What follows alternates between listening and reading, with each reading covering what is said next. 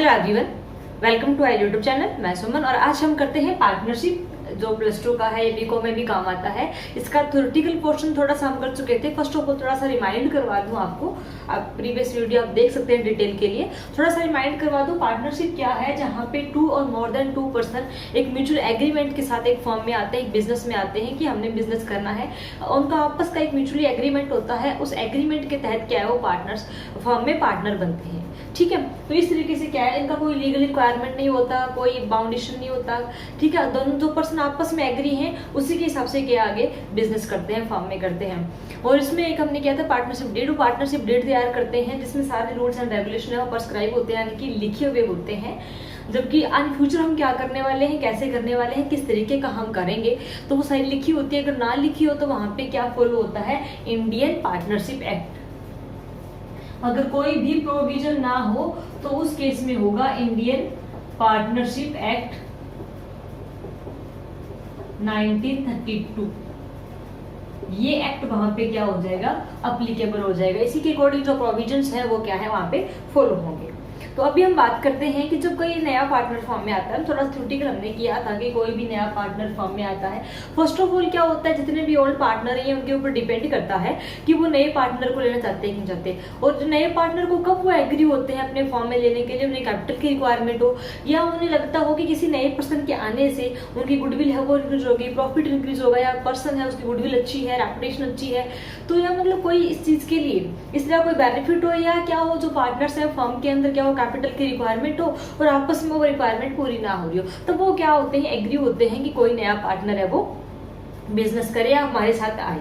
तो अगर कोई नया पार्टनर फॉर्म में आता है तो पहले तो क्या पार्टनरशिप डीड में क्लैरिफाई होता है कि किस मेथड के थ्रू लेंगे, क्या उसमें हम करेंगे। अगर नहीं होता तो इंडियन पार्टनरशिप एक्ट के अकॉर्डिंग ये है कि अगर कोई नया पार्टनर फॉर्म में आता है, ये तभी फॉर्म में आ सकता है अगर जो ओल्ड पार्टनर है वो सारे एग्री हों, वो म्यूचुअली एग्री हो उस न्यू पर्सन को अपने बिजनेस में लाने के लिए। ठीक है, यानी कि इसमें उसको हम बिजनेस पार्टनरशिप में क्या कहते हैं, एडमिशन ऑफ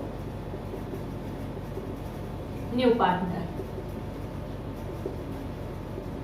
नए पार्टनर का एडमिशन कब करते हैं, जब कैपिटल की रिक्वायरमेंट हो या कोई ना कोई चीजें मतलब उसकी रेपुटेशन अच्छी हो तो उसके हिसाब से। अब देखो नया पार्टनर बिजनेस के अंदर आया है, ऑलरेडी जो पार्टनर थे और जो नया पार्टनर बिजनेस में आया तो बिजनेस में चेंजमेंट होंगे, क्योंकि जिस मेथड से हम कर रहे थे, जो प्रोसीजर हमारा चल रहा था वो सेम हम नहीं रख सकते, हमें कुछ ना कुछ क्या उसमें चेंजमेंट करना पड़ेगा।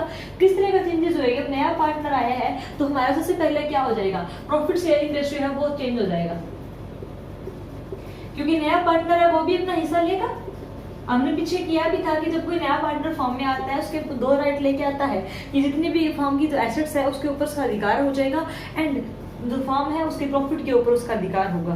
तो यहाँ पे जब प्रॉफिट शेयरिंग रेशियो चेंज हो जाएगा तो वहां पे क्या बन जाएगा, जो ऑलरेडी जो पुराना था उसको छोड़ के हमारा प्रॉफिट शेयरिंग रेशियो चेंज हो जाएगा, तो वो क्या बन जाएगा, न्यू प्रॉफिट शेयरिंग रेशियो। यानी कि जब नया पार्टनर फॉर्म में आता है तो उसी के अकॉर्डिंग नया प्रॉफिट शेयरिंग रेशियो बनेगा। कितनी वो कैपिटल लेके आया है, किस प्रोपोर्शन में लेके आया है, उसी के हिसाब से क्या है रेशियो इसमें होता है। दूसरा इसके अंदर क्या होता है, सैक्रिफाइसिंग रेशियो।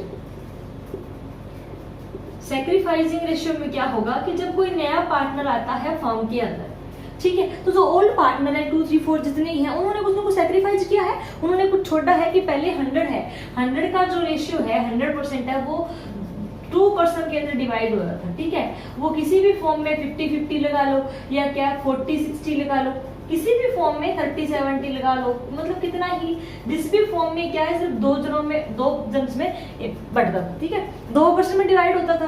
अब वहां पे क्या है, अगर वहां पे तीसरा पर्सन आता है तो 100% के 3% में डिवाइड हो जाएगा, तो ये रेशियो है वो क्या हो जाएगा, चेंज हो जाएगा। तो ये कैसे चेंज होगा कि इन्होंने कुछ ना कुछ सेक्रीफाइस किया है, इसने भी अपना कुछ हिस्सा छोड़ा है और इसने भी अपना कुछ हिस्सा छोड़ा है, तो इन्होंने कुछ ना कुछ सेक्रीफाइस किया है, तब भी क्या है नया पार्टनर है उसको कुछ मिला है।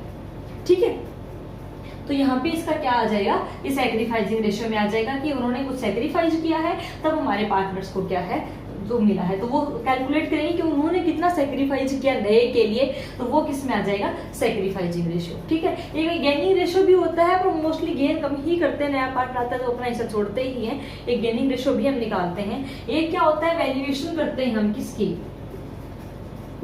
वैल्यूएशन करेंगे और क्या करेंगे, एडजस्टमेंट करेंगे, किसको, गुडविल को, एडजस्टमेंट ऑफ गुडविल।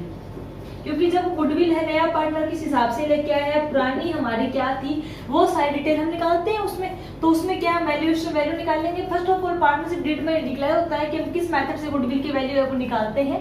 गुडविल है इसको हम फर्दर डिटेल में तो करेंगे, लेकिन गुडविल क्या होता है, जहाँ पे फर्म है वो सुपर नॉर्मल प्रॉफिट कमा रही हो वहीं पे एग्जिस्ट करती है।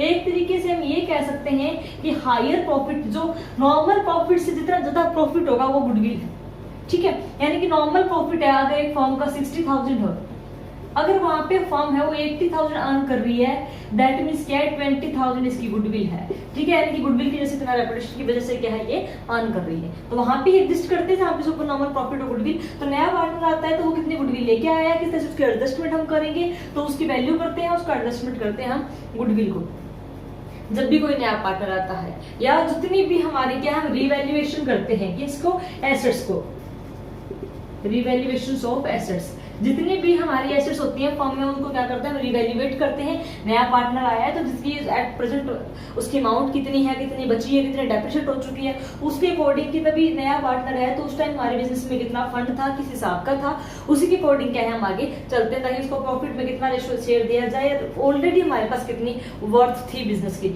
एक तरीके से ये भी कैलकुलेट करने के लिए हम वैल्यूएट करते हैं, तो उसके भी क्या हम रिवैल्यूएशन करेंगे और रीअसेसमेंट करेंगे किसकी, लायबिलिटीज की, रीअसेसमेंट करेंगे हम ऑफ लायबिलिटीज की। लायबिलिटीज की क्या कह रहे हैं, रीअसेसमेंट करेंगे कि कितना हमें पे करने वाला था, या जो नया पार्टनर आया है वो इस चीज के कितना लायबल होगा कि नहीं होगा, वो हमारे टर्म एंड कंडीशन के ऊपर होगा। हम कैसे डिस्ट्रीब्यूट करेंगे प्रॉफिट को, डिस्ट्रीब्यूशन ऑफ अकमुलेटिव प्रॉफिट,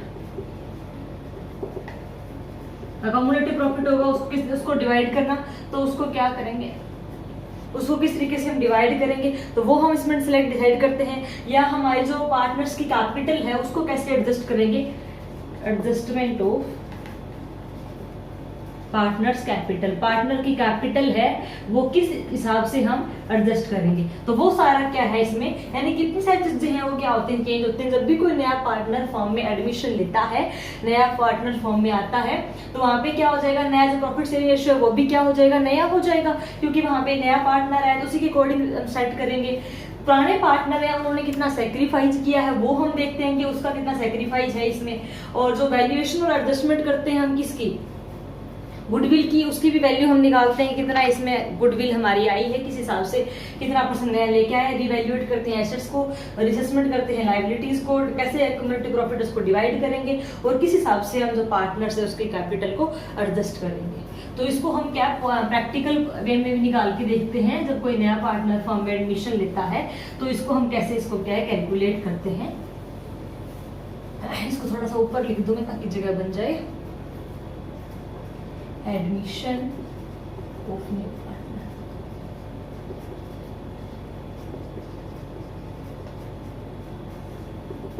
सबसे पहले हम क्या करते हैं, न्यू प्रॉफिट शेयरिंग रेशियो करेंगे इसमें,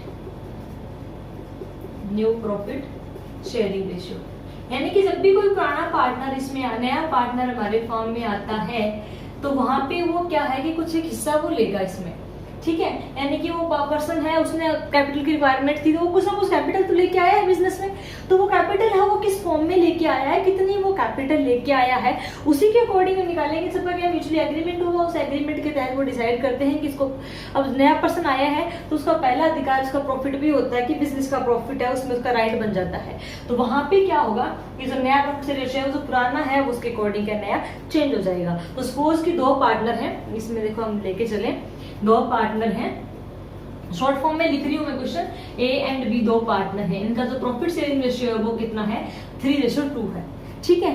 और जो इन्होंने क्या किया, दे एडमिट किया किसको, एडमिट टू सी, कितने रेशियो के साथ एडमिट किया इन्होंने, शेयर है उसका कितना किया 1/5, ठीक है। 1/5 शेयर के साथ इन्होंने क्या किया, सी पार्टनर को एडमिट किया अपने बिजनेस में, अपने पार्टनर में। और उन्होंने क्या करा कि उसके बाद क्या है कि जो इक्वली, यानी कि जो सी है वो 1/5 किससे लेगा, इक्वली लेगा ए और बी से, ये 1/5 है वो किससे, equally from A and B, ठीक है। यानी कि ए और बी से जब 1/3 शेयर है वो इक्वली लेगा, यानी कि नेट प्रॉफिट शेयरिंग रेशियो हो जाएगा। तो ऑलरेडी जो 5 था उसमें इसका हिस्सा आ गया, तो इन दोनों से वो क्या अपना इक्वली मार्जिन लेगा। तो इसको हम निकाल लेंगे कैसे? सबसे पहले हम निकालते हैं इसका सॉल्यूशन हम कैसे करेंगे। सॉल्यूशन हम करें सबसे पहले सी का शेयर कितना है, 1/5 है, या इसको हम 2/10 लिख दें, कोई गलत तो नहीं, एक ही बात है ना, 1/5 इसको 2/10 लिख दें तो कोई वो नहीं है हमारा, थोड़ा करना क्या हो जाएगा हमारे लिए इजी हो जाएगा। तो ये हमारा क्या आ गया, सी का रेशियो आ गया। अब हम बात करते हैं ए का। ए का शेयर ऑलरेडी शेयर कितना है, 3:5 ना। अब ये 2/10 है, ये ए से और बी से इक्वली लेगा, यानी कि ए से कितना लेगा 1/10 और बी से कितना लेगा 1/10, हो गया 2/10, ठीक है। तो ये इसको क्या कर देंगे हम डायरेक्टली माइनस कर देंगे 1/10, यानी कि ए का जो शेयर है वो 3/5 था। नया शेयर निकालने के लिए ए का अगर न्यू शेयर लिखे यहाँ पे, न्यू शेयर निकालने के लिए इसको माइनस कर देंगे, माइनस करके निकालेंगे तो क्या आ जाएगा 26 - 1 यानी कि 5/10। इसी हिसाब से क्या निकाल लेंगे हम बी का share, B is new share कितना है 2/5 माइनस 1/10 हो जाएगा, ये भी 10 दे रहा है, उसी हिसाब से हम निकाल लेंगे 10 to 4 - 1 इज इक्वल टू 3/10। और सी का कितना है 2/10, तो सी का शेयर कितना है 2/10। तो इनका जो न्यू प्रॉफिट शेयरिंग रेशियो कितना आ गया, new profit sharing ratio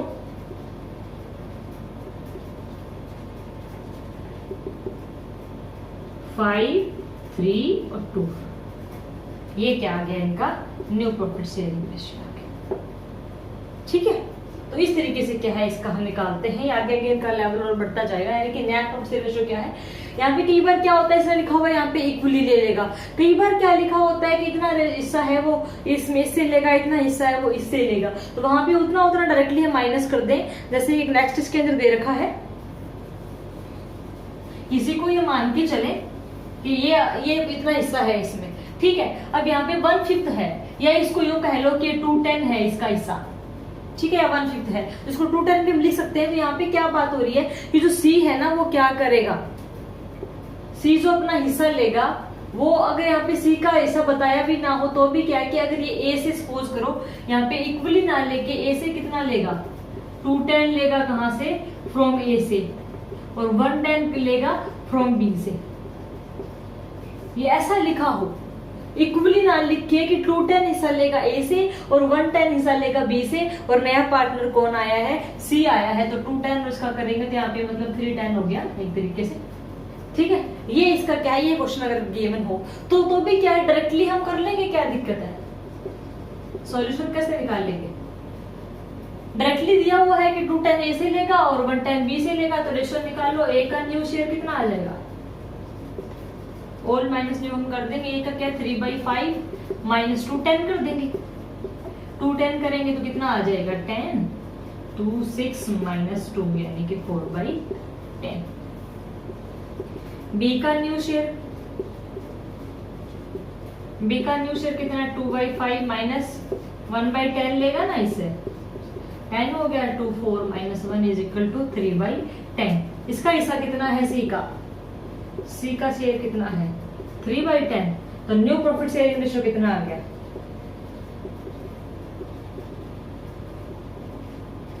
new profit sharing ratio is equal to 4:3:3। तो इस तरीके से निकाल लेते हैं कि डायरेक्टली गिवन है या कितना पोर्शन गिवन है उसी के हिसाब से निकाल लेते हैं, तो ये हमारा क्या आ जाएगा न्यू प्रॉफिट शेयरिंग रेशियो आ जाएगा। अब हम बात करते हैं सैक्रिफाइसिंग रेशियो की। इसमें भी सैक्रिफाइस तो होता ही है पार्टनर्स के द्वारा, पार्टनर सैक्रिफाइस तो करते ही है। जब नया आता है तो दो चीज 2 में बन रही थी वो 3 में हो रही है, लेकिन इसका ये भी फायदा होता है कि जो जब 2 की कैपिटल लग रही थी वहां पे 3 की लगी हुई है। तो जो नेक्स्ट अपना है यहाँ पे क्या है सैक्रिफाइसिंग रेशियो।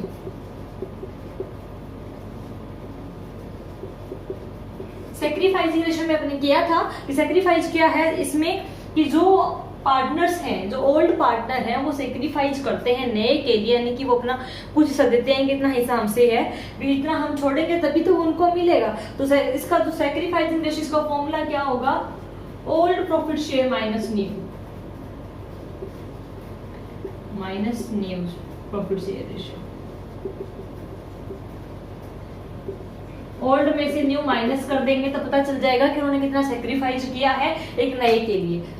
एक नए के लिए कितना सेक्रीफाइस किया है, यानी कि ओल्ड जो प्रॉफिट शेयरिंग रेशियो होगा उसमें से जो न्यू प्रॉफिट शेयरिंग रेशियो होगा वो माइनस कर देंगे, तो वो क्या हो जाएगा, यहाँ पे सेक्रीफाइस रेशियो निकल जाएगा। कई बार क्या होगा, क्वेश्चन में आपको न्यू प्रॉफिट शेयरिंग रेशियो दिया होगा या कई बार ये दिया होगा, उसी के अकॉर्डिंग हमें निकालना होगा। एक एग्जांपल देखें यहाँ पे हम, इसका फॉर्मूला है ओल्ड माइनस न्यू है, इसका डायरेक्टली एक फॉर्मूला है, एग्जांपल लिखना थोड़ा इजी हो जाए। सपोज वैसे ही ले लें, चाहे कुछ भी आर एंड एम दो पार्टनर हैं, कोई भी नाम ले ले, हमें डायरेक्टली क्या क्वेश्चन करना है, मोटी मोटी चीजें लिख रही हूँ। आपको क्वेश्चन गिवन कैसे होगा, जैसे कि इसमें बात करें तो R and M R partner in the business firm with the ratio, जितना भी रेशियो होगा, सपोज यहाँ पे होगा 5:3, तो विद 5:3 के साथ। एंड उसके बाद क्या है, वो एडमिट करना चाहते हैं एक नए पार्टनर पी को, ठीक है, एडमिट किया उन्होंने नया पार्टनर पी, और इसका जो रेशियो है वो कितना रहेगा, 1:7 रेशियो के साथ। शेयर प्रॉफिट रेशियो है उसका कितना आ जाएगा, 1:7 आ जाएगा। और जो इसका प्रॉफिट है और new profit sharing ratio given है इसमें, new profit sharing ratio, new profit sharing ratio कितना गिवन है, 4:2:1, यही गिवन है सारा क्वेश्चन के अंदर। तो उसी के अकॉर्डिंग क्या है, हम निकाल लेंगे। ये ओल्ड रेशियो हो गया, ये न्यू रेशियो हो गया, हमें निकालना क्या है, सेक्रीफाइसिंग रेशियो निकालना है, तो हम निकाल लेंगे। ओल्ड माइनस न्यू करके सेक्रीफाइसिंग रेशियो निकालना है। फर्स्ट ऑफ ऑल हम आर का निकालें, तो आर का ओल्ड शेयर कितना है, 5:8, यही है। एंड आर का जो न्यू रेशियो है वो कितना है, न्यू शेयर कितना है, ये वाला है न्यू, तो 4/7 हो गया, ठीक है। तो हम निकाल लेंगे सेक्रीफाइसिंग रेशियो, दोनों से निकालेंगे, यानी कि ओल्ड माइनस न्यू करके निकाल लेंगे, यानी कि 5:8 - 4:7, इसको हम निकाल लेंगे, 56 आ जाएगा। 7 को करेंगे इसमें, 7 5 35, 8 32, यानी कि 3/56। ये आ गया आर का। ऐसे क्या निकाल लेंगे एम का, एम का ओल्ड शेयर कितना है, 3/8, एंड एम्स न्यू शेयर कितना है, 2/7, उसी हिसाब से निकाल लेंगे ओल्ड माइनस न्यू करके, 3 - 8 और 2/7, ठीक है। ये क्या आएगा, 56 हो गया, 8 7 21 - 8 16, कितना आ गया, 5 56। अब बात रहती है किसकी, पी की, तो पी का कितना है, 17 है। या इन्होंने से आप पी का हमने निकालना ही नहीं था, क्यों, पी ने क्या सेक्रीफाइस किया, कुछ भी तो नहीं, पी तो नया आया है, पी ने तो लिया है, पी ने तो यहाँ पे गेन किया है, कितना इसका गिवन है 17, तो यहाँ पे सेक्रीफाइसिंग रेशियो कितना आ गया, 3:5, ये हो गया आंसर। इस तरीके से क्या हम कैलकुलेट करते हैं, ओल्ड माइनस न्यू करके हम निकाल लेंगे कि हमारा कितना सेक्रीफाइस किया है ओल्ड पार्टनर ने न्यू पार्टनर के लिए, ठीक है। तो इस तरीके से क्या करते हैं हम इसको, एडमिशन जब नया पार्टनर आता है तो सेक्रीफाइसिंग रेशियो और जो न्यू पार्टनर रेशियो है या फिर न्यू प्रॉफिट रेशियो है वो हम निकालते हैं। इसके बाद हम बात करते हैं गुडविल की, एडजस्टमेंट ऑफ गुडविल या फिर वैल्यूएशन ऑफ गुडविल। तो पहले हम करते हैं कि वैल्यूएशन ऑफ गुडविल, जब नया पार्टनर आता है तो हम गुडविल की वैल्यू भी निकालते हैं, तो valuation of goodwill. First of all अब हम यहाँ पे बात करेंगे गुडविल होती क्या है। वैल्यूएशन तब निकालेंगे जब हमें गुडविल की वैल्यू पता हो। ये पहले सबसे पहले हम इसके गुडविल के ऊपर जाते हैं, थोड़ा डिटेल यहाँ पे जाएंगे, लेकिन ये जरूरी है करने, क्योंकि हर जगह आपके आएगा गुडविल की एडजस्टमेंट भी आएगी और गुडविल की वैल्यू भी आएगी, तो वो हमारे लिए करनी जरूरी है। तो गुडविल क्या है, गुडविल एक वो वैल्यू है जो फर्म की रेपुटेशन को, किसको करती है, ये रेपुटेशन को रिप्रेजेंट करती है। Reputation of firm is goodwill. बिल्कुल आप कह सकते हो कि फर्म की रेपुटेशन है वो ही गुडविल है।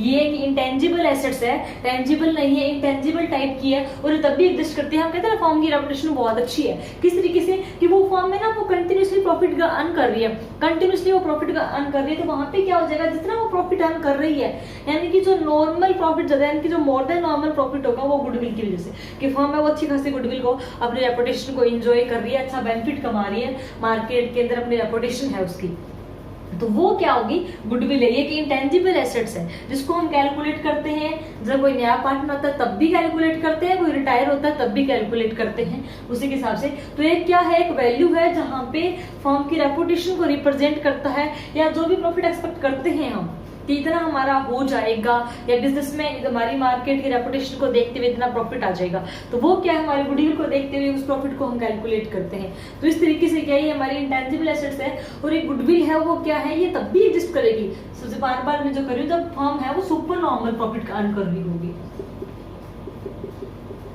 Super normal profit. Super normal profit के कंडीशन में ही, यानी कि जब ये सिचुएशन होगी ना, फर्म जब सुपर नॉर्मल प्रॉफिट अर्न कर रही होगी तब वहां पे गुडविल होगी। अगर कोई फर्म नॉर्मल प्रॉफिट कमा रही है या प्रॉफिट नहीं भी कमा रही तो वहां पे गुडविल है वो एग्जिस्ट ही नहीं करती, वहां पे उसकी फिर क्या गुडविल है, नॉर्मल प्रॉफिट अर्न कर रही है और प्रॉफिट नहीं कमा रही तो गुडविल है ही नहीं, तभी तो प्रॉफिट नहीं आ रहा। ठीक है, यानी कि जो वहां पे सुपर नॉर्मल प्रॉफिट अर्न करेगी फर्म, उस केस में ही गुडविल है वो एग्जिस्ट करेगी उस में। तो हम जब गुडविल को निकालते हैं तो कुछ एक फैक्टर्स होते हैं, यानी कि गुडविल हायर है कि लो है वो किसके ऊपर डिपेंड करता है, यानी कि कुछ एक फैक्टर्स होते हैं जो इफेक्ट करते हैं। सबसे पहला क्या होता है, नेचर ऑफ बिजनेस।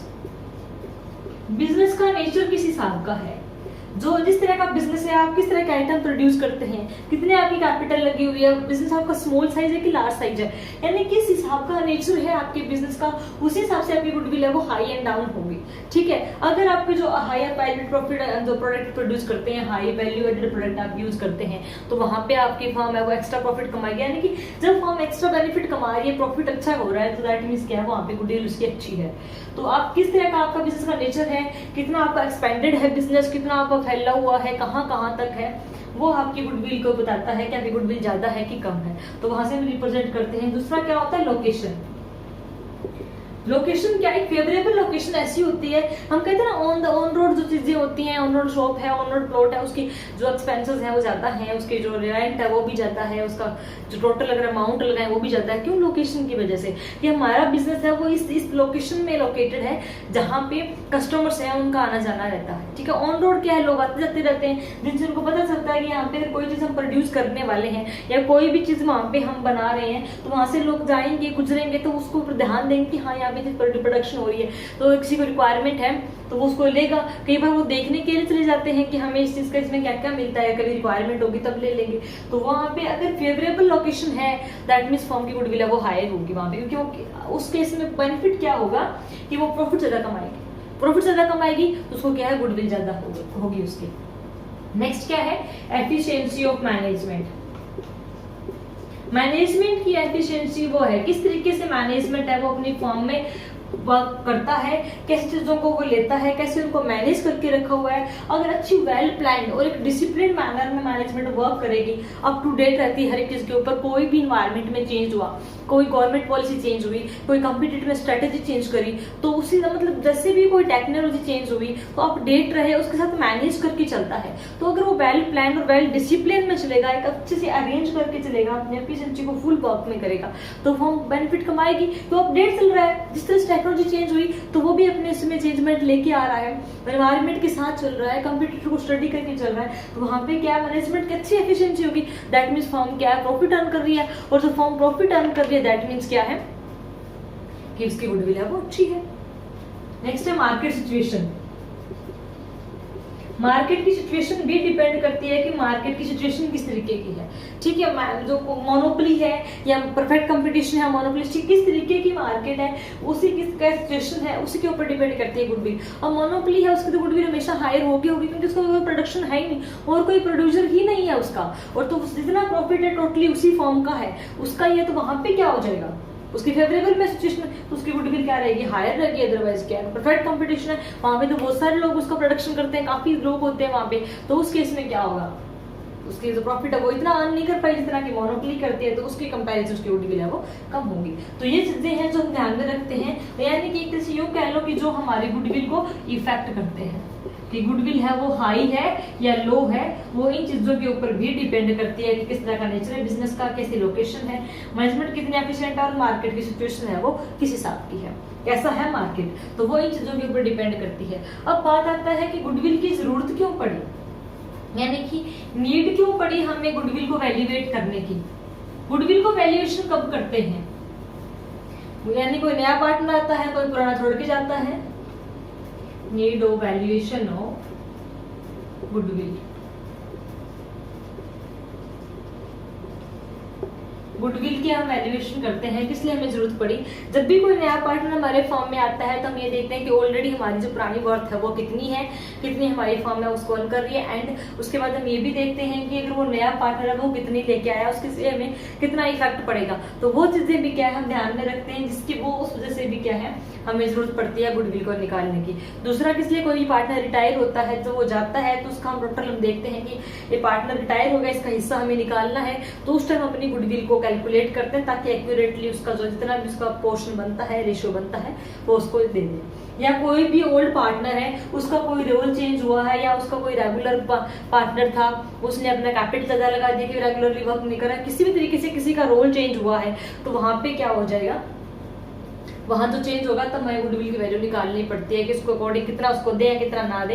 या किसी पार्टनर की डेथ हो जाए, उसकी गार्जियन है वो कंटिन्यू करना चाहते हैं, नहीं करना चाहते, अगर नहीं करना चाहते उसका पूरा फिर रेशियो निकालना होता है, तब भी यानी कि जैसे रिटायरमेंट ही हो गया कि रिटायरमेंट में होता है कि चलो वो पर्सन छोड़ भी चला गया, डेथ में वो चला ही गया, उसके गार्जियन के ऊपर है, तो उनको टोटल रेशियो देना पड़ता है, तब हम गुडविल की वैल्यू निकालते हैं। यानी कि किस रेशियो में, अगर हमारा प्रॉफिट शेयरिंग रेशियो चेंज होता है, change in profit sharing ratio, ये किसी भी वजह से हो सकता है, नया पार्टनर आया है या किसी पार्टनर का रोल चेंज हुआ है फर्म में, ठीक है, रिटायर हुआ है कोई भी, रिटायरमेंट ऑफ एग्जिस्टिंग पार्टनर,